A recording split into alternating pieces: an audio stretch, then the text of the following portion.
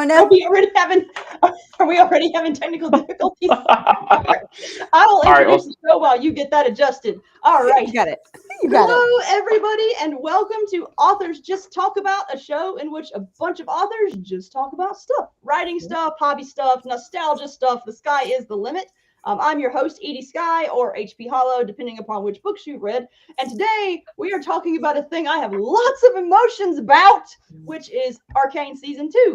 And let's be real, I have lots of emotions about Arcane in general, but I especially have emotions about Arcane Season 2. So prepare yourself, viewers. You're going to hear more about Arcane you ever wanted to hear. Also, viewers, thanks for joining us. Thank you also to Fain for allowing us to host it on your YouTube and various sites, because we have several Fain authors in the audience. You know, actually, not in the, well, probably in the audience. Maybe the audience. Yes, including myself now that I think about it, because I've got a short story coming out in an anthology this summer. You sure do. I remembered. So too many books coming out, you guys. Way too many books. But anyway, also, if you guys enjoy the nonsense you hear on the show, click your little subscribe button wherever you're watching and do that thing. So yeah, and we've already got people in the chat. So hey, Mallory, and hey, Jeremy, it's already a party. Before we start having emotions, though, I want everyone to go around, introduce yourself, what your current project is, what's coming out, any fun stuff you want anyone to know about you. So Melissa, you go first.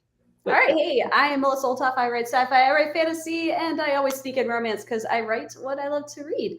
I have my current project would be a sequel to that I'm about 30,000 words into because I'm in love with those characters. And yeah, I am so busy. I don't even know what month it is, and I'm just going to pretend it's somehow still January because otherwise. You got to give us the short little blurb for Rise from Ruin, because that's coming out in June, July? June, yeah. A month. So Rise from Ruin is if you like Dragon Riders, if you like Griffin Riders, if you like characters that you're going to love or possibly love to punch in the face, I have got you. This is very much Anne McCaffrey's Dragon Rise of Pern meets Mercedes Lackey and Larry Dixon's Griffins of Valdemar. Ooh, nice. Nice. All right, Jesse. Hi, everybody. I'm Jesse James Fain. I go by the Outlaw Author because the branding writes itself. I write sword fights, fist fights, gun fights, and pretty much any genre. I say a world loaded in every chamber. And so I did a lot of that in real life, and I like bringing it over into my fiction. I've got all kinds of short stories out. I'm currently working on my first full-length novel. It's called The Holy Diver in the Midnight Sea is the universe. The first novel will be Gravesinger. And if I have to give you the comparison, it is Shadowrun meets Sliders. And that's going to be my big project and hopefully my big baby. We do have an antho coming out probably first quarter next year through Three Ravens Publishing that'll introduce you to the universe, and I'll have the novel out shortly after that. And that's me. Nice. And Marisa. It was everything I could do not to whisper Sliders after you said that. But Shadowrun plus Sliders, yo, I'm in. Okay. Hi, I am Marisa Wolf. I write science fiction and fantasy that always ends in hope, no matter how not hopeful it might get in the middle. My next project coming up, speaking of not hopeful in the middle, is A Plague of Magic. It's coming out from Fain in September. I will be putting the cover on Facebook tomorrow and out to my newsletter this weekend. I didn't even know you had one coming out from Fain. Another one coming out from Fain. This is news. It was a little bit of a secret. I've been holding it, but I just passed the edits back in, and it's all good. So we're good to go. It is my debut full-length fantasy novel, so I'll ride that. And it is, the tagline on the cover that I love so much is a big score, a tiny dragon, and a whole lot of trouble. So. Yes, sold. Yeah. All right, and I suppose I should probably introduce myself in my books too. So I'm Edie. Well, as both of my pen names, I write fun fantasy adventure. The only real difference is that as Edie Skye, I write smut. And in terms of new releases coming out, I have the final book in the Blood Knight series. This is not the final book. This is the penultimate book coming out in the middle of May.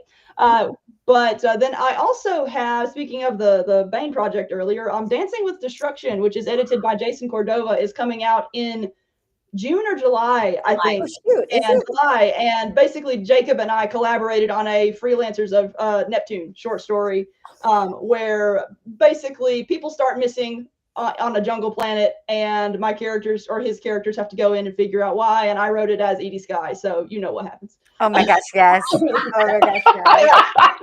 I Yes. Yes. That So is yeah, amazing. that's my stuff coming out. Now the thing everyone is here for. Feelings. Let's talk about Arcane season 2.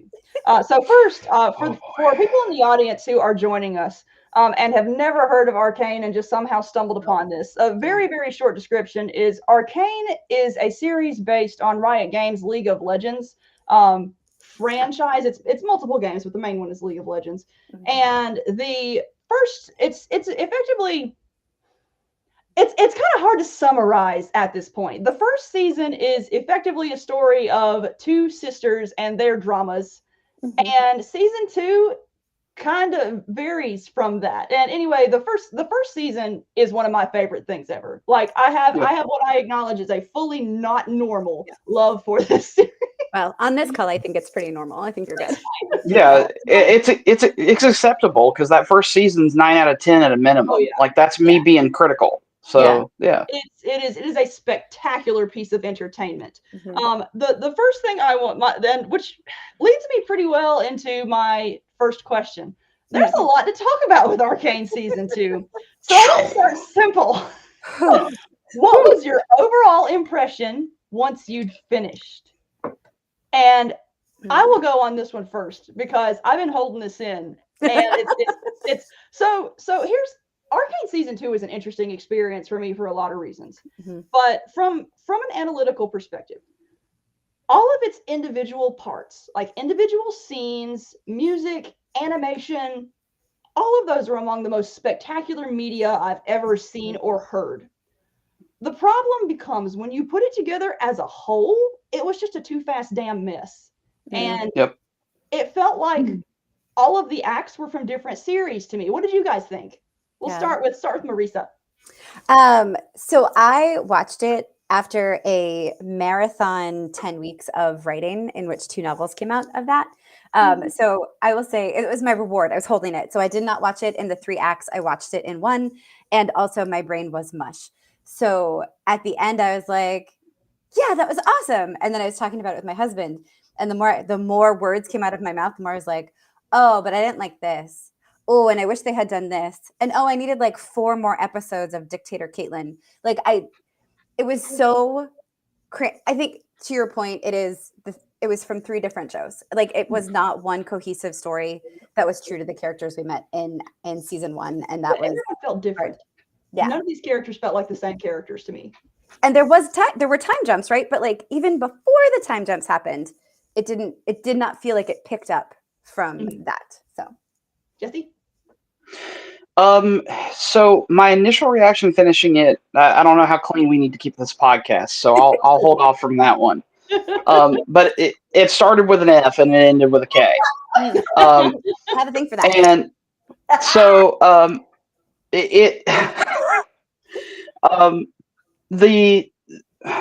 agree 100%. Things were really disjointed. I didn't have trouble following, but I'm used to a lot of sci-fi that does the whole like we're doing time jumps and this is an alternate dimension, and it's like, okay, we've done all this. I hate that it was like, hey, we got to get all this done in the season. Yeah. That's exactly what it felt like. It's like, okay, cool. And it got to the point where I feel like we could have sacrificed multiple things that we went through for the purpose of making other things better. Yep. I made a post that has not been popular, so I'll get the unpopular opinion out of the way. Jinx and Echo was a total waste of time. I Did not float my boat. Did not, like, we were just and then poor Echo, because of this whole Jinx and Echo thing, we spend this whole time on Jinx and Echo. He gets totally shunted out of the main story, then comes screaming in the last 5 minutes and just is just what? Like it's like and we really don't like it finished the storyline. But it didn't, because we don't know what happened to any of those people. We don't know if they're dead. We don't know if they're obliterated. We don't know if they're off in some weird dimension.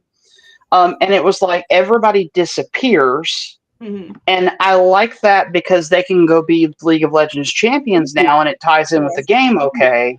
But from a narrative perspective, it was kind of crappy. So I tell people it went from a 9.5 to 10 to a 7.5. Yeah. In just basically instantly, and that's a big fall for me. Yeah. Melissa. Melissa has opinions, capital O, on Jesse's thoughts on Powder and Echo. But we will get back to that because that was not Heather's question. Heather's question was how I felt when I was done watching it initially. So my brain was also mush because I enjoyed Marisa in that insane writing quest that we were both successful in. But I enjoyed it. I did. It was still visually like just impressive as hell. And there were very gorgeous things, like not just visually, but storyline wise. But I agree 100% with everybody else as far as it felt super rushed, very much like they crammed everything in. Whether it was because they didn't get as many episodes as they thought they were going to get at the beginning of when they started writing out the storylines and the different episodes, or if they just went cuckoo bananas. I don't know. Yeah. But I do know that it definitely felt a wee bit disjointed. And Heather and I talked about this a lot at MarsCon. I think this was like half of my experience at MarsCon was talking about Arcane with We were coming right off of Arcane enthusiasm. For context, you guys, like my husband has been so patient with me, but there was a period when like Arcane, I have been looking forward to Arcane season 2 since season 1 ended. Like it was my event of the year, and I was going to watch it as it came out. And there came a point where Jacob was like, you have an Arcane limit. I cannot hear about this show all the time. You have a certain number of things you can say about this show. And I always met it by 7 o'clock every morning. Like, good morning. Good morning. What time do you wake up? 6:30. Oh my god, I love this. This is my favorite so far. Yes. This is amazing. Oh, we got people. Richie's here. So Glenn, hey, everybody. Heather actually greeted me with that. But yeah. It leads well into my next two questions, and I have a bunch. I can go for hours, but I want to start out by asking what we're going to do. What did it do well, and then what do you think would have made it stronger? And I primarily lead that way because I think the second question is going to have more answers. But one thing. One of the reasons why Arcane was an interesting viewing experience to me, especially while I was watching it, is because the strength of the writing in season 1 gave me complete faith that the writers knew what they were doing up to a certain point. And through most of season 2, like even when we got to the end of episode 6, I was like, okay, they're going to pull out something amazing. And they didn't. And like at the end of episode 6, I had to go take a walk because I was like, oh my gosh, how could these writers have so little control over their own story? And then I sat and I was thinking that I still love the show. And it occurred to me that the reason why I love the show was not the writing. Since season 1, we've known that Fortiche Animation is an amazing studio. And after season 2, I think Fortiche needs a lot more recognition because I went through and when I was watching, most of the stuff I enjoyed was not stuff that was in the writing. It was visual storytelling that was put in there by the animators that in some extent, I'm not even sure the writers knew were there. And there are periods like, okay, so Jacob rolled his eyes at this too. Because I thought it was too fast and because I needed background noise, I watched the show at 0.75 speed. Oh, right. Yeah. Better at 0.75 speed. But also that allows you to pick up details that you miss the first time around. And there is so much excellent, good storytelling that flashes up on the screen before you can register it, or flashes up on the screen and then goes away before you can register it. Like it is amazing, some of the storytelling details that are in the background. And those kind of details were in the background in season 1. But season 1 allowed us time to sit and savor it. And you got to savor nothing in season 2. There's no savoring. And I know it's easy to say that the art is the best thing about Arcane, but there are scenes in this show that I find quite literally breathtakingly beautiful. Like I stopped breathing while I was looking at them and didn't even realize I was doing it.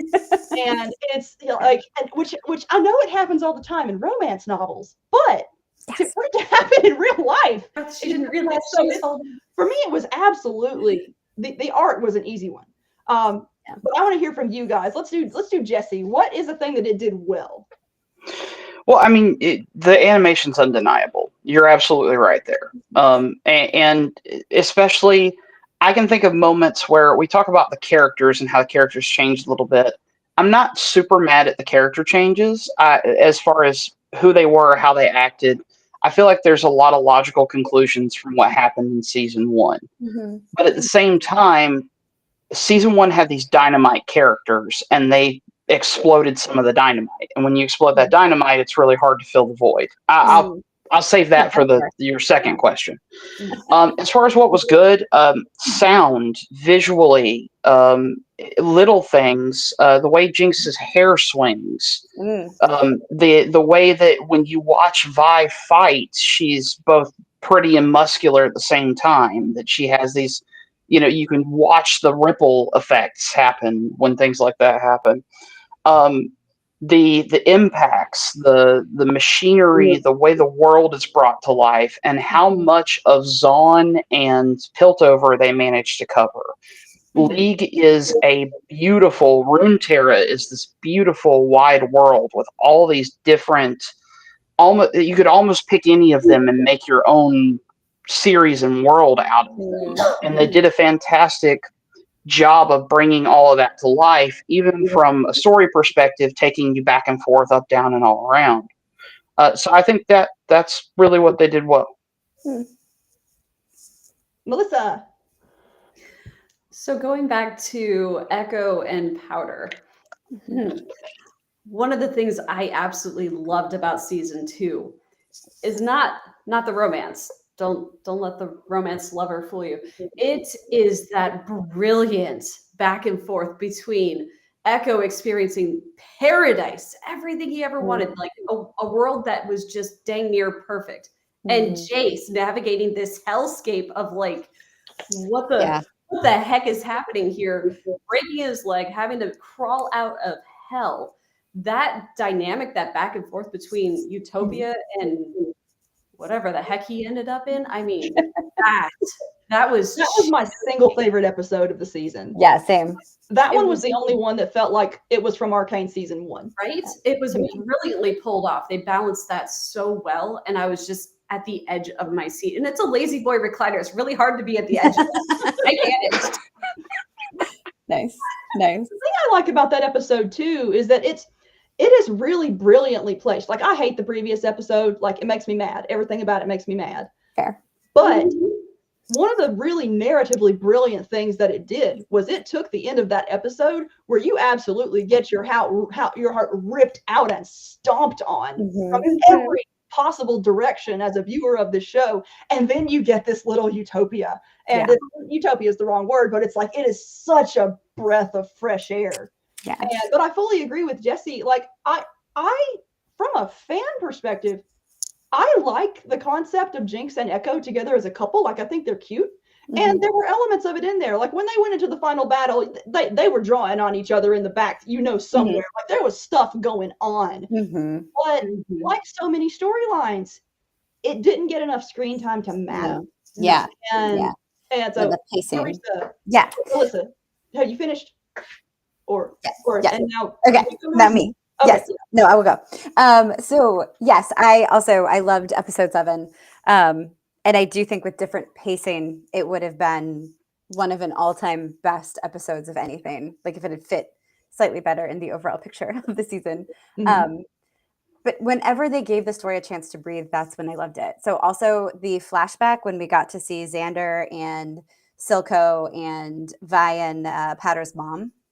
Yeah. that I was like, well, shit. Like that was just a good stab in the heart. Like you can see the path of choices, basically. Like you can see without being told all the ways, like how that loss splintered those people to go in the ways they went to give us the world of Arcane season 1 and not the world of episode 7 in season 2. And it was beautiful. And I think anytime they did that, they took a breath with their characters and trusted the fact that they had created these incredible characters. I loved those moments. And those moments were sprinkled through. They were outnumbered, but they were sprinkled through. And they weren't always given the lead in they deserved, which is for your next question. But that's one of the things that drove me absolutely crazy about the show, because what's done well is done really, really well. Yep. But what is done badly is not. And it is such a fascinating and infuriating experience to watch. And so now we go into the question that's probably going to take up most of the panel right now, which is, what would have made it stronger? What didn't you like about it? And I guess I will start with this one. I watch Arcane for a lot of different reasons, from a lot of different perspectives. I watch it from the perspective of someone who is a League of Legends fan, and I watch it from the perspective of someone who, to a certain extent, there's a certain element of Arcane that is separate from League of Legends. Like, there is not a whole lot of overlap between the general Arcane fandom and the general League of Legends fandom. Like, it's an odd little thing. And then you have this whole little weird audience too that only knows Arcane through TikToks. And oh my gosh, they are the best. Oh yeah, it is. Yeah, which I yeah.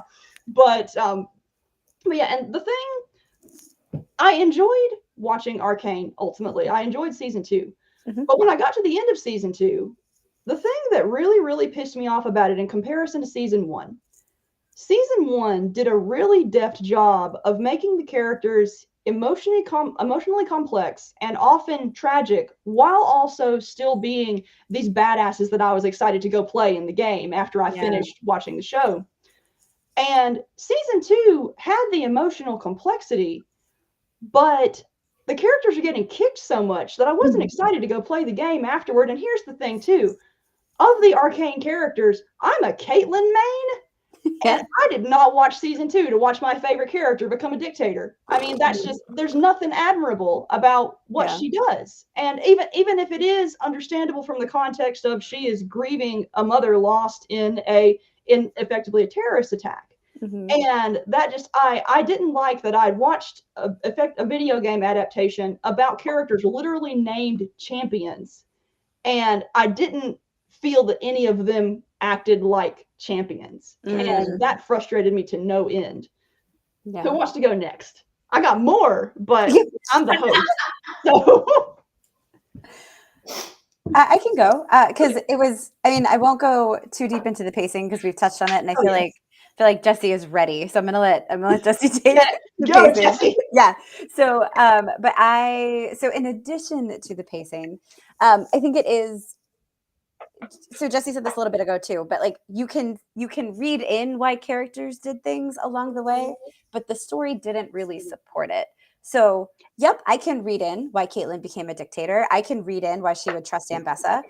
I can read in why she betrayed Ambessa, but the story did not support it. It was just like, oh, here's your girlfriend. Cool. Like, I guess everything I've been doing, now I realize it's wrong. Also the crack team, whatever, I can't remember what they were called, but the team that went in to like take over the drug dealers. Yeah. Well, it was a music video. Why was it a music video? That was a cool story. I wanted to see it. And so again, like you can read into it, you can understand what's happening, but I wanted that. Like I didn't need a 10-minute music video. I needed to see that group come together and work together, and why they decided gassing everybody was the right call. And we never deal with that. We never deal with that. Like, did civilians get impacted by that? I bet they did. Like, anyway, so I needed the story to better support the characters, because a lot of the things were like, this would be cool if it happened, or there's a logical path to this. We're not going to show it to you, just figure it out. And I was like, oh, that particular music video made me so mad too, thematically, because it's like she's effectively, I really love the lead into it where you have that whole dialogue where her mom is talking about how the people of the Undercity deserve to breathe, and then they immediately go into her weaponizing that stuff. Yep. That was just savage and wonderful. Yeah. But then we get this really, really cool jumpy music video about what is effectively some pretty awful stuff. And I got to the end of it and I was like, that's really cool. Wait, I'm not supposed to have these kinds of emotions about this particular thing. Yeah, like, this was that not really cool. needed to be a dark, drawn out, non-music video scene. Agreed. Yeah. Jesse. I mean, war crimes are fun. I mean, that's all there is to it. Like, that's war crimes are fun when you're behind the wheel. Yeah, you're not war crimed. You're war criming. Yeah. Yeah. And yeah. Yes, be a crimer, not a crime-e. Right. That being said, I think the issue is there's an imbalance of the characters after the end of season 1. Yeah. And what I mean by that is I mentioned Dynamite characters earlier, and Vander and Silco are Dynamite characters. They're the awesome original characters that did not appear. And I knew when it was probably episode 4 or 5, whenever the Vander got the serum treatment, I knew he was going to either be Mundo or Warwick. I knew that was coming. I literally was talking to all my friends and was like, yeah, this is gonna and that's cool. And I love the pathway that they took with that. But when they killed Silco too, all of the Undercity loses its Dynamite characters for this Tale of Two Sisters and Two Cities is that's the tagline for Arcane, right? And so on the one side, we lose all those Dynamite characters, and now somebody's got to make up for all of that was missing, and it just didn't happen. And I feel like as cool as Ambessa is, and as cool as her bodyguard dude with the mohawk is, they don't hit the same way. It's just not. It's not the same level of character, and so we really tipped the scales there. And then now we have to figure out, okay, well, now how are we gonna pull these same emotional heartstrings? And I think that's what triggers this cascade of weird choices, Caitlyn's committing war crimes. And I would just have liked for them to have had more time. I think more time would have fixed it. Agreed. Because they would have been able to spend more time creating characters that would fill that gap and have better solutions for how we get where we end. Savika's right there. Yeah. That was speaking of Savika and Silco and that whole crew, one of the things that absolutely pissed me off about the opening of season 2, it is never directly addressed that Jinx killed her own father figure and a really significant person in Zaun who was about to secure Zaun's freedom. There is one line of dialogue where she's right before the battle with Smeech, she mentions that she killed Silco, but then Smeech dies, which renders that could have been such a really interesting plot point. But I don't even think we find out whether Savika knew that Jinx killed Silco. It's just, I was really looking forward to seeing that kind of plot point developed, because it's just, there's a lot of really inherently interesting stuff in it. And it's just no, it went nowhere. And, Melissa? So one of the things that you and I talked about at MarsCon really helped. We kind of decided that we're going to pretend that season 1 and season 2 are entirely different shows, which is not to have characters with the same names. Fair. Different cast. One of the things that season 1 did really well was those character relationships. All of the relationships, whether they were platonic or romantic, they made sense. They had foundations. They worked. And you guys know I love throwing romance in, but it has to work. And this is where I 100% agree with Jesse, where the romance between Powder, who should have been Jinx but wasn't in that world, and Echo, it didn't work. It didn't have enough room to breathe. Vi and Caitlyn, that didn't work. Caitlyn and her little relationship with the guard, what's her face? Maddie. That was fucking terrible. That was awful. And then you had Jace, who I still love dearly because I mean I am who I am. Yes. But your girl just disappears and Mel is Yes. gone. And then look, Nothing. he's back. And there's like just Nothing. Yeah. There's like one exchange, and I'm just. It was so mishandled. Like, and again, like, you know, the Jinx relationship with Vi, it was very like the fight scene they had was meh. And then look, our daddy's back. So back. we're gonna be good. No, We're gonna be a happy family again. Yeah. None of the relationship stuff that they did rang through. It was like, this is gonna happen for the plot. Yeah. It drove me insane. I think that's the biggest problem that I had with season 2, because season one was very character driven, and it felt like even though the characters frequently made bad or ill-informed decisions, it felt like they were the drivers of the story, regardless of what their decisions were. Season 2 felt like they were being manipulated to suit the plot because that's what the writing wanted. And that's one of the reasons why season 2 didn't work for me. And I flip-flopped while writing it, or while watching it, so much, because there was a part of me that is like, there's enough good here that it could be a masterpiece if it had 3 hours of extra time. Yes. But then I think about all the stuff that was added that took away from the core stuff, and I was like, you know what, that 3 hours should have been in there to begin with. It could have been. There was room if you. I hate the Black Rose storyline. Like, I hate it because the thing is, like, at the end of season 1, Arcane viewers who were League fans figured out within 5 seconds of that season ending that something magical was up with Mel. Yep. And that should have been something that was addressed in episode 1 and of season 2, and not a big reveal, because we already knew it. Yep. And I really, and the entire Black Rose storyline just really, really convoluted the series or the season for me. And it's like, I know they were trying to set up whatever the next series is. But the thing is, if they were trying to get us excited for Noxus, all they had to do was have that weird little swang crow show up at the end, like they already did anyway, and have him blink his multiple eyes, and I would have lost my shit. Oh, And instead I was like, okay, Crow, okay, here's another thing I need to pay attention to. And I didn't even appreciate it because I was sad that everyone was dead or otherwise sad. Well, also, Mel, it was I think, a betrayal of Mel to make her a wolf at the end. Let her be the fox. Yeah. She's so GD smart. She's so clever. She was one of the highlights. I think when we did part 1, I said she's not only my favorite character design, but also one of my favorite characters because she wields that soft power that very rarely gets respect in animation or live TV or whatever. And it did because she was a badass.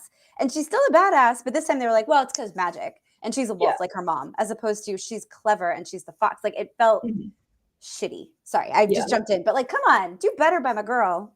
Right? Yeah. No, it's I 100% agree. Like, they turned her into the wolf at the end. Like, that was some kind of triumph over Ambessa. And I'm like, no, she should have triumphed because she played to her strengths, not her mother's strengths. That was the whole point of her character. Well, that's why her mother died happy, which I was like, I mean, relatively happy, I guess. I mean... Yeah, and the thing is too, they didn't even properly play up that she was a mage. And for viewers who are fantasy viewers who are accustomed to mages showing up, it's like, yeah, she's a mage. But if you think back to season 1, this is a setting in which the thought that magic might reemerge causes like Heimerdinger to have panic attacks. You know, like mages are not like magic, and mages are not a thing in Piltover and Zon, and there's a dangerous history with it. Oh my gosh, Mel's just going to show up and be this mage, and we love it. We're so happy. No one's gonna comment on that. No one's gonna. It's like that in itself could have been a really, really solid core for maybe not for the series to revolve around, because I think the story still needed to revolve around Piltover and Zon and the various parallelisms that connect those two. But I mean, the thing is, this season of Arcane was a show about war. It was not a show about magic, which is kind of stupid for a show that is called Arcane.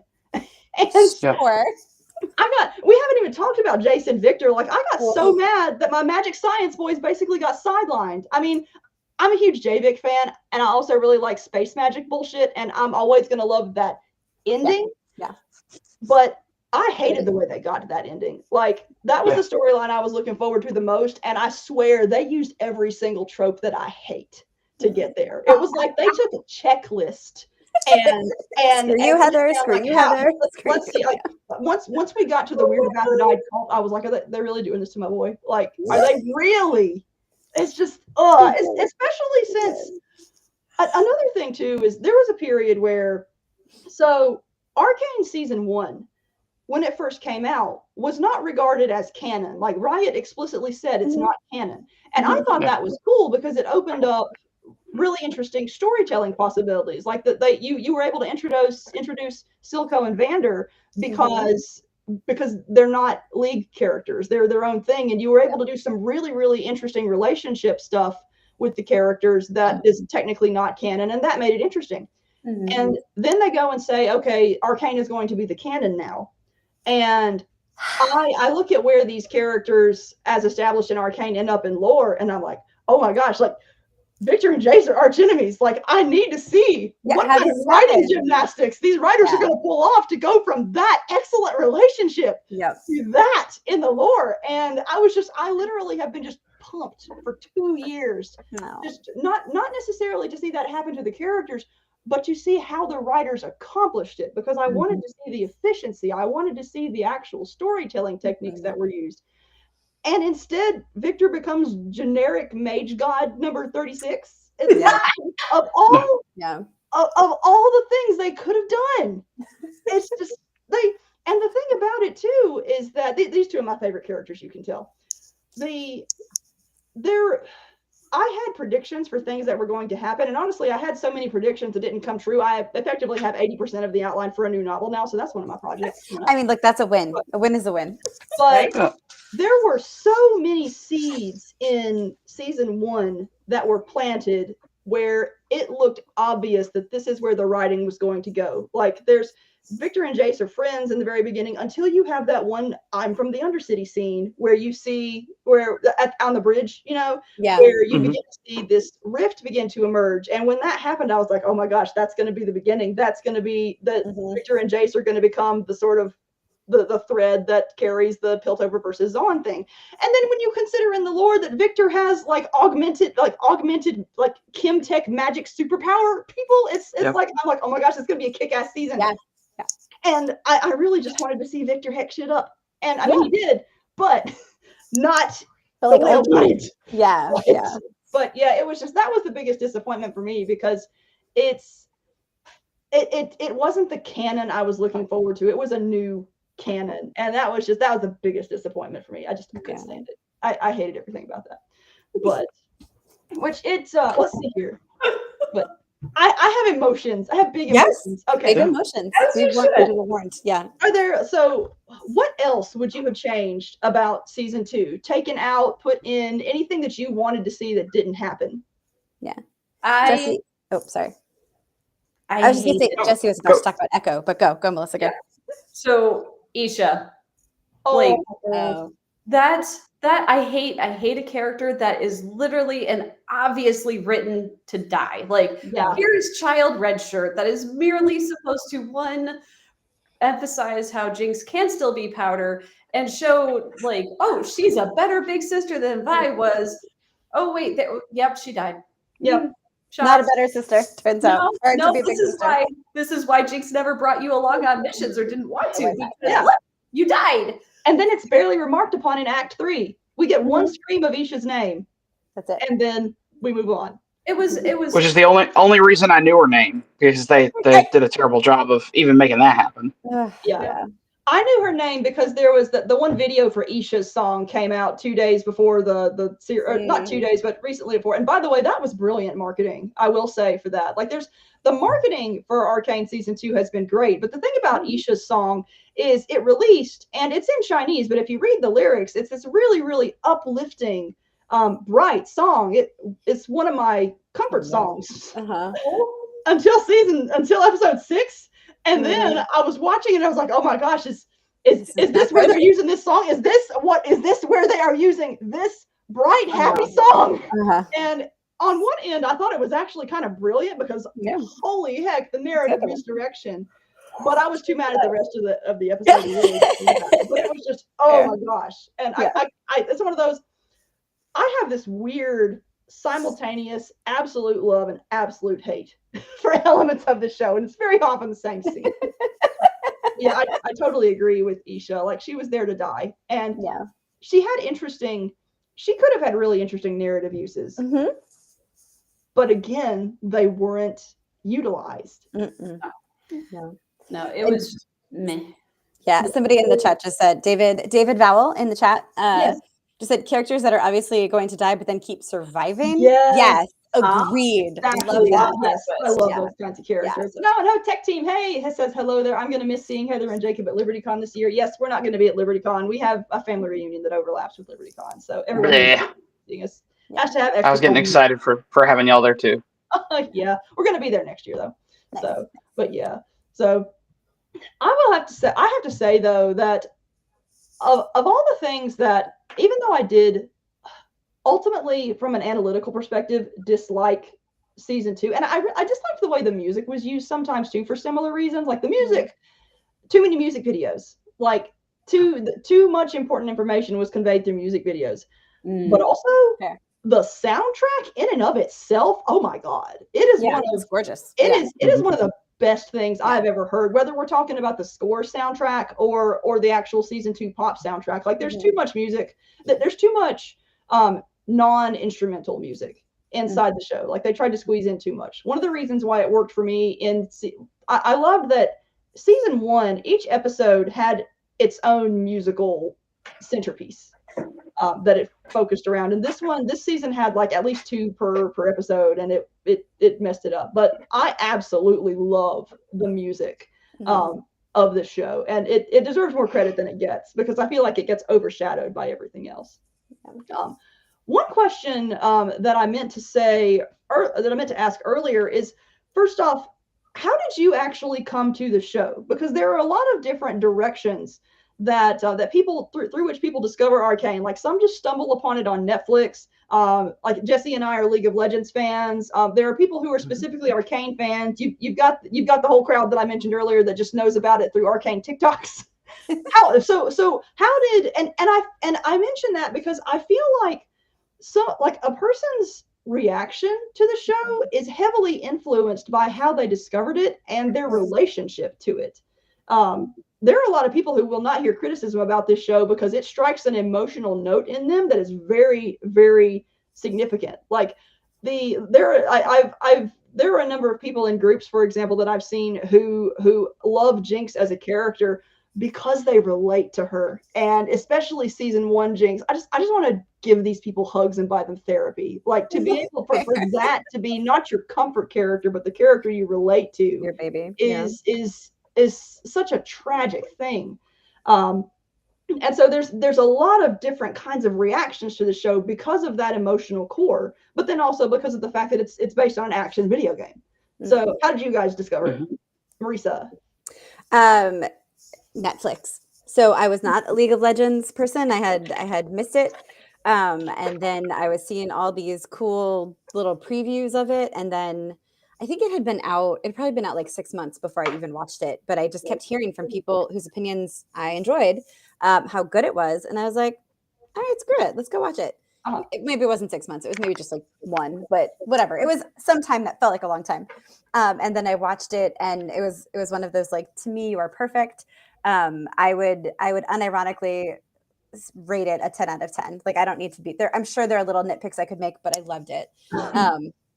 And it's funny you asked that question, because I'm thinking about that a lot with Wheel of Time, because there's a similar, I feel, dialogue to be had there, but that's not what we're here for.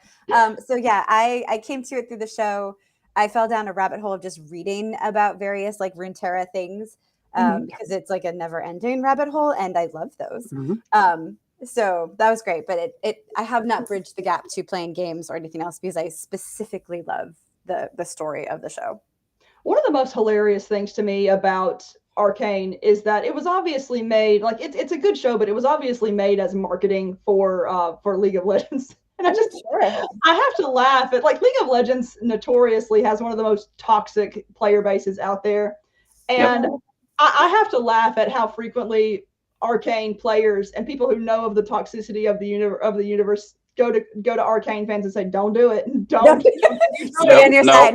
You're happier to stay on your side." The entire point of the show was to try to market it, and yet the players are like, "No, don't do it." Well, and it is not a very beginner-friendly game, but I think that's what the problem was, though, is that I've read multiple articles now where it's like Riot themselves basically didn't make any money off Arcane. And the issue with that is that when it was all fun and it was all canon and we could hand it to the artists and the writers and just let them run with it, that was like the bureaucrats, and they didn't have to worry about nothing. It's not canon. It's okay. But then season 2 comes around and they realize, like, oh no, we're producing $1 million or more TV series and we're not making any return on it. Yeah. Now all of a sudden Mel's got to be a champion and Bess has got to be a champion. They're trying to get, like, we got to get more skin sales. Yeah. And now we've got a bunch of, I'm gonna be frank, bureaucratic bullshit coming in. Yeah. And we gotta, oh no. And I love that Kate and Vi end up together if we'd have more time with it, because that's standard, like that's standard fan canon that they're in a relationship. Like everybody in the world believes that.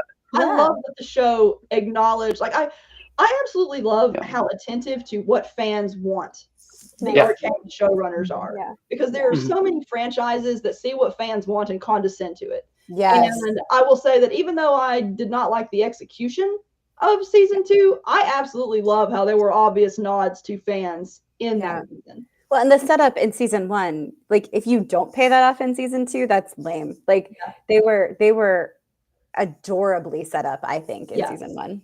Well, one of the things, and speaking of that, I think one of the things that frustrated me about season 2 as well, and I think this brings up a key viewer difference. I think people who watched season 1 and waited 2 years for season 2 had a different viewing experience than people who watched both at once. Fair. Here's the thing. I fell in love with these characters and waited 2 years to see more of them interacting.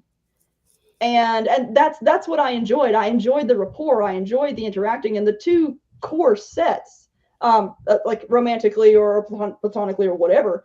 You have Vi and Caitlin, and you have Jason Victor. And they both split up really early.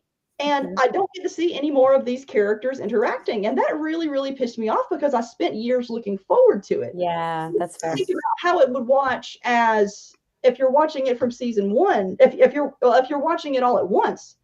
And I can't decide if it's actually well done or not from that perspective, because the thing is, you have all these characters that you know and love, and then suddenly season 2 hits you in the face, and with them going separate. And I feel like I would have been less mad at it had I watched it all at once, if that makes sense. But I was so mad that I didn't get to see them having a positive relationship together. They were either not together at all that much at all in the case of Jason Victor, or they were antagonistic toward each other, or at the very least having a complicated relationship with Kaylin and Vi. And I think it was Jesse who said it earlier, but as much as I loved seeing the realization of that relationship, I didn't think it was earned. Like, I didn't want them to get together, because Caitlin literally like hit Vi in the gut with the butt of her gun. That's not a positive thing that happens in a relationship.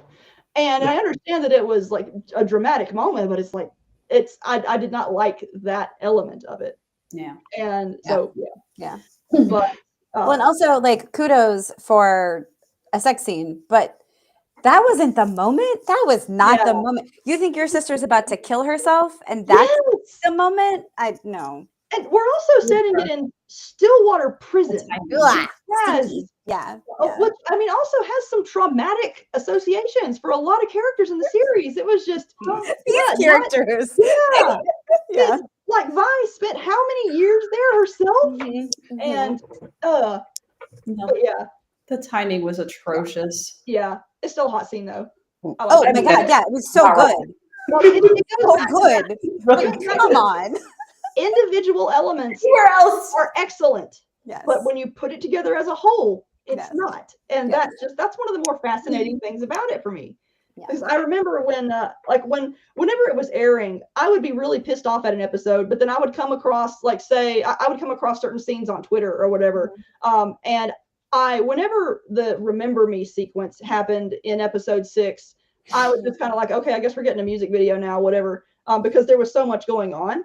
Yeah. But then when I just encountered it online and had a chance to actually sit and savor it without the context of the surrounding mess, it punched me in the guts. Yeah. Like, it's such a moving piece of animation and such a moving song, but I had to separate myself from the show to actually enjoy it and appreciate it for what it was. And so yeah, Jesse or Melissa, I can't remember who hasn't gone yet. Anything else that you would have changed or no, we've already done that one. How did you come to the series was my question. Sorry. Oh, I'm a lead guy. I played, I played with my friends in college, and so when they were like, "Hey, we're doing a show," Riot, bless them, they put so much effort into these characters, and they're short stories. They're short stories. There's a character bio for each champion, all 150,000 of them. Oh my gosh. They put all this effort into it, but there's barely any. There's literally one book. There's another game that's not the main game. Like, there's some mobile games. They're not taking advantage of this like Warhammer 40K does. Warhammer 40K has 75 novels and has TV series and all this other stuff. And Riot just isn't capitalizing on all of that. Hello, hi, whoever's over there. Please let the people in this podcast write books for you. We can help. I'm just saying, there's a Pantheon novel that's going to get turned into a harem series if y'all don't hurry up and let me write it for you. So I've got 2 different casts of characters. We were talking about this before. I've got 2 different casts of characters that are inspired by Arcane. Like, I'm just writing my own. I love it. And so I'm right on that board. It was like, so when they were like, "Hey, we're going to do this TV show," I was like, yes, finally, we're going to take advantage of the fact you have all these amazing characters. And I was so proud in season 1 that not only did they do the champions justice, but they brought in unique new characters that fit perfectly in. And Vander and Silco really jump out for me, but all the other characters, Mel, they were all great. I hated Jace from the game. I still hate him now. It's fine. I love it. And that's and that as good as that Hill episode was, it had me scratching my head the whole time, because we had to take them to this different place that Jace and Victor were at. And it's like, dude, why are you losing your mind? You did all this. Yeah. And that's kind of how I feel about the whole thing. And that's why I hate him. Is like, it was all your fault in the first place. So yes, you had to go through hell to fix it. You're the one that did it, jackass. But, like, anyway, I don't like him. I don't like that character. So anyway, that's how I came to the game, or came to the show, was being a fan of the game and being really excited for the expansion of that world and that universe. Nice. Melissa. So, completely opposite of Jesse. I never even heard of the game. I have small kids that are getting closer and closer to teenage years, so I have no time for gaming right now. But all these people I know, like Heather and Casey Azell and Marisa, are just going freaking feral for this show, and I'm like, well, I have this much time to watch TV. The accurate use of that word. This is what I'm going to watch. I was bad to sneak the feral in. Yeah, well done. And I wasn't disappointed. Like, I did not regret using my very precious TV time to watch it, dive into this universe. So it was good. So, a question to close us out. I think we all universally loved season 1, and we all had complicated emotions about season 2. Riot is said to have other Runeterra shows in production. Are you looking forward to future Runeterra shows after season 2? Heck yes. Still yes. Yeah. I'm going to say season 2, for all the bitching we just did, it didn't suck. Yeah. Like it did. No. It wasn't season 1. It wasn't that 9 to 10 out of 10, depending on how critical you want to be. Mhm. It dropped things down to a 7, and it felt like heavy metal. I don't know if you guys have ever seen heavy metal. Like it was like we're doing a lot of music videos here instead of telling stories, which is fun for like pulpy stuff, but is not fun for deep character driven stuff. Yeah. Yeah. And so I'm extremely excited if they want to go to Noxus, or they want to go to Bilgewater, or if they want to, hit any of these other places, or handle the conflict between Noxus and Demacia and Ionia. Like, there's all kinds of great stuff they would do. They did League, if you guys haven't seen this yet because you're not game fans, they do a trailer at the beginning of each year for the next season. Yeah. And it's in Arcane's animation style, and they've given the Arcane treatment to other champions. So Caitlyn, Vlad, LeBlanc, people that are not Caitlyn, Caitlyn. Yeah. Anyway, it starts with a C. It's not Caitlyn. Is it Katrina? Yeah, Katrina. Yeah. Okay. Yeah. Katarina. It's Katarina. Jesus. There we go. There we go. You guys did so the Black Rose storyline made me so mad. Like I do not play Black Rose characters anymore. Oh. But I hated it so much. But then that trailer came out, and I was like, it's just when you thought you were out. So good. I think I might care about it now. But I just have this visceral hatred of the Black Rose associated characters. Oh, that's rough. Well, I think they kind of want you to hate them. So maybe not in the way that you do, but it's like but in general. By their skins. Yeah. Mission not accomplished. I will say, I think for further shows, they did not betray their premise. They didn't live up to their first season, but they didn't ruin it either. Like there are some things that end so poorly, they retroactively ruined the show for me. Yep. And so no, I wouldn't watch new things from those people. There are still some showrunners out there that I boycott. I see that they have a new thing. I'm like, that looks cool, but I'm going to wait till it's over. I don't trust you.